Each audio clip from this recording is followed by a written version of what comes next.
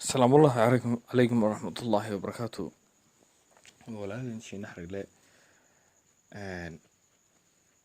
maanta akhiray waxaanu ka hadlaynaa barnaamij khuseeya wadada guusha. Guul marka laga hadlayo kolley dad badan waxay soranayaan wadada guusha kolley qof walba uu garanayaa muxuu ka hadlayaa. Yani guushu way fara badan tahay ama way noocyo badan tahay, qofba sibuu u baadi doonaa. Nolosha aadamuhuna guulaheedu way fara badan yihiin. hase yeeshee nolosha adduunya imtixaankeeda fara badan. Marka aad tahay qof islaam ah ama qof muslim ah waa inaad ahaataa qof aaminsan yani lixdii arkaanta ku jiray iimaanka. marka qofka islaamka iimaankiisu dhammaystiran yahay an tuumina billaahi baa ka mid ahayd wa malaa'ikatihi wa rasulihi wa kutubihi wa qadri khayrihi wa sharrihi wa yowmi ddiin ama yowmi alqiyaamah. waa lixdaa arkanta iimaanku. yani qofka islaamka marka iimaankiisu dhammaystiran yahay uu sax yahay, yani waxaa ka mid ah aan uga soconnaa iminka aan u dan leenahay qadra khayrihi wa sharrihi, inaad qadarka khayrkiisa iyo sharkiisa aaminsanaato. haddaad tidhaaho yani guul baan rabaa, guul darrana ma aqbalayo, yani ma tihid qof islaama ama iimaankaagu ma dhammaystiran horta marka koobaad. mar labaadka dee ma tihid qof guul u socda. guushu waxay u baahan tahay samir iyo dulqaad. yani horta tusaale ahaan markaa dee horta tusaale dhow markaan isiiyo horta soomaali ahaan inagu dee inaan si yar ku faa'iidno oo si yar dee aanu ku guulaysanaynu jecelaha. oo badi markaad aragto meheradaha soomaalidu furaan ama ganacsiyadooda everyday meherad bay furayaan. meheradaasu iyadoon bil baa furnayn ama 2 bilood ayay xidhmaysaa. yani qofkii ma sugayo khasaaray dee faa'iido intuu dee magaranaysa. soomaalida waxay tidahdaa laxaji cabaas uga gaadhaa ninka dee yani horta waa maamaha soomaaliyeed. yani ninka xadadaa laxaji cabaas u gaadhaa yani waa nin soo jabay oo yani waqti dhan iyo juhdi dhan iyo dee shamir badan kusoo bixiyay dadaalkiisa ama guushiisii aakhirkii uu gaadhay wataa dee lagu maamaahaba. tusaale kale haddaan idinsiiyo dadka guulaha badan nolosha ka gaadhay una samray ninkii leerkaa sameynayay 9,999 habeen ayuu soo samra. waa 3 years iyo dheeraad. aakhirkii uu ku guulaystay. imika waa kale meeyiye magaalaba gaadhay ee ka baxaya ee dunida meel aan dee aanu ka bixin mujtalaga. tusaale kala dhow wadan hayo oo maamaha carabeed ay tidhaaho allahumma salli ala maxamed atacab bacd raaxa. yani daal ama raaxa bacda tacab. yani raaxadu waxay timaadaa daal horantii ama dee tacab horantii. marka horta dee soomaali ahaan dhibaatooyinkeena haysta waxa weeye inaanan samir aanan lahayn guulaha ama yani ganacsiyada ama wax kastoo aynu qabanayno. wadada guusha doo maxay tahay? mawduuceen haddaan usoo noqono tusaalayaasha ka nimaadno. wadada guusha waxa weeye horta marka ugu horeysa inaad qanaacadaada ama kalsoonidaada 100% aan ahaataa 100% ama 100%. waa inaad tahay qof iimaan leh oo iimaankiisu uu siinayo waxaana wadweyday waxaana wad heshay. kolley qof jira ma tihid haddii aanu iimaankaagu sugnayn ama aanad intaa aaminsanayn. qanaacadaadu waa inay ku siisaa oo qanaacadaadu 100% ay tahay iyaduna. qanaacada iyo kalsoonidu waa laba kala saada markaasi loo soo eego haddana laakiin laba farac oo ama dusha iskaga mid ka ah. waa inay ku siisaa qanaacadaadu oo aanad odhan dee hebel waxaasuu haystaa ama hebel dee mar baan wada bilownaa waxaase muxuu ku guulaystay. qanaacadaadu waa inay ku siisaa intaasaad heshay kowdhe. runtii ma guulaysto qof aan kalsooni aan lahayn ama kalsooni isku qabin. yani waxay ka dhigan tahay iminka qof tartan gelaya. iminka haddaad tidhaa faras baan tartan ku gelaya ama gaari. gaarigaygana waa ka shakisanahay ama faraskan ku dee tartamayeyba waan ka shakisanaho yani complete rajadiisu maaha runtii dee ma geli karaysi tartan ama guul dee ma noqonaysi qof guulaysta ama guul u bannaan baxa. run ahaantii guushu waa adagtay sida lagu helaa, se yeeshee waxaa fudud waxyaabo magaranaysaa kuu sahlaya inaad si yar ku guulaysato oo aad si yar waxyaabaha ku hanan karto. horta aasaaska ficilka ama kartida ama guusha oo niyadda, oo siduu nebigu sheegay calayhi salaatu wasalaam xadiiskii hijrada ka sheekeynaya ama dee ahaa acmaasha ka sheekeynayay nebigu alayhi salaatu wasalaam inama alacmaalu binniya wa inama likulli imri'in ma nawaa. acmaashu waa niyada.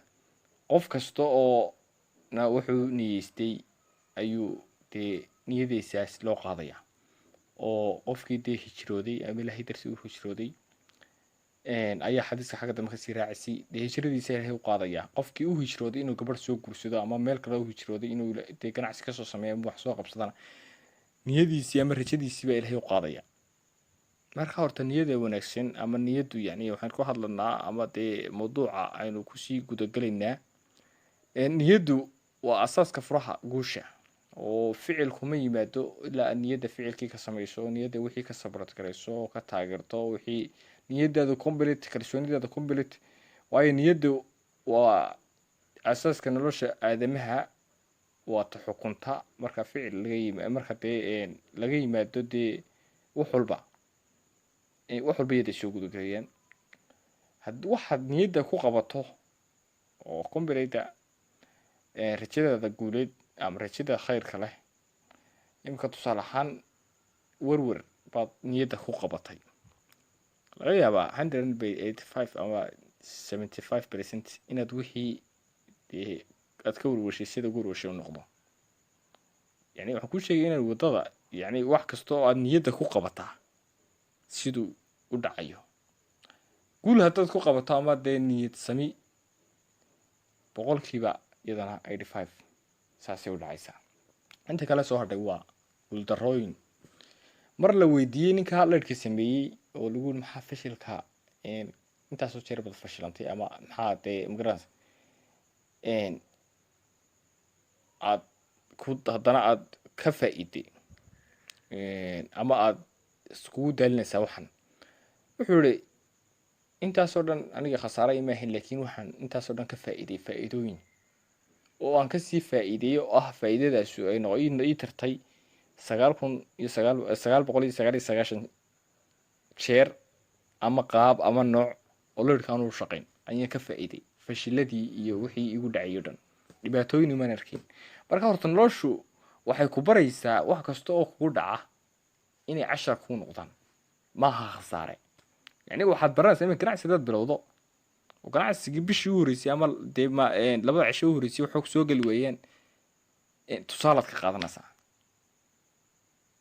maalintii kolley ama xilligaad furtay meherada ha ahaato ama dadaad waxamahaysay ha ahaadaan ama kolley wuxuun baad ka faa'iidaysaa in maalintaa dambe ama maalmaha dambe waxaad ka feejignaato qofka ideyadiisa ama attentionkiisu dee uu yahay available ama si saxa u shaqaynayo u garan karaya waxa ka soo galay ama waxaas waxay ku ahaayeen. laakiin qofka marka aanu xisaab lahayn ama attentionkiisu aanay ahayn qof attentionkiisu available yahay oo dareemihiisu shaqaynaya kolley dee wuxuu iska sii wadaya ama dee wuxuu iska odhanaya ama nigadaa naga xidhba. marka run ahaantii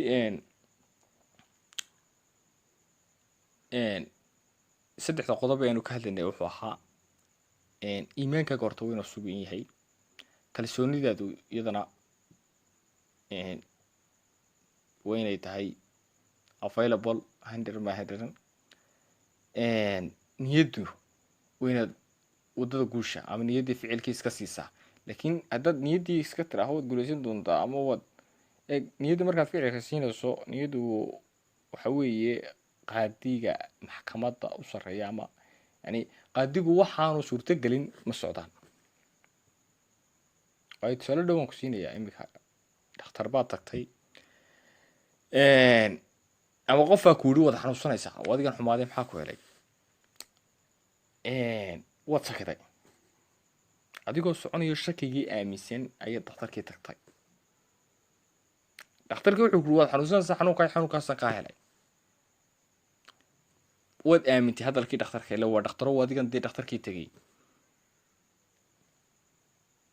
markaad dhakhtarkii tagtay adigoo waxaad soo noqotay xanuunsanayo xanuunkii ile xanuunkiina niyaddii baad ku qabatay adigoo baralaatiya xanuunkii dee jidhkaagii ku wada fiday ama dee jidhkii ka wada xanuunsanayo qandhoonayaad gurigii timi ama lagu sidaba already xanuunkii wuu ku hela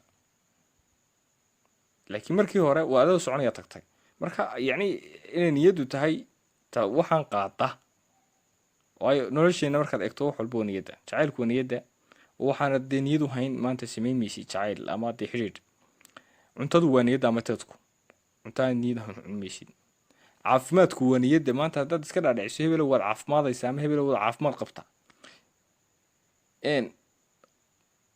dee wuu caafimaadaya qofkaas ama dee laakiin markaad tiraaho waad xanuunsanaysaa madax xanuunka ugu yaro markaad iska dhaadhiciso ama aanad dareysin kaarsibintii ama waad xasuusan goobihii caafimaadka ama aanad isagii isxasuusin muhiimadiisii hawlahaaga iska sii qabsato inaanay niyadda xumi ka dhicin baa niyadda wanaagsan ka dhicin baa kuu sheegaya waddada guusha taadaasaa ilaahay kuu qaadaya wanaagsan waxaa laga yaaba inaad caafimaaddo adigoo kaniinna cunin waayo xanuunkiis maad dareensiin niyaddaadii maad gelin marka xanuunka wixii markaad niyadda ku qabatay marka kale kaasaad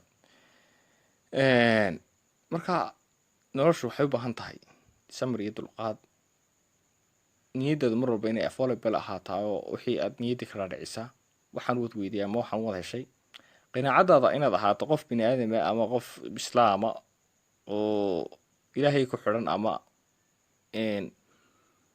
oo aaminsan waxaan inuu ilaahay siiyey waxaana ilaahay ka qaadayo oo aaminsan inuu qayrkii waxaanu haysto ama dee magaranaysa ama aaminsan qayrkii inaan waxaanu haysto isagu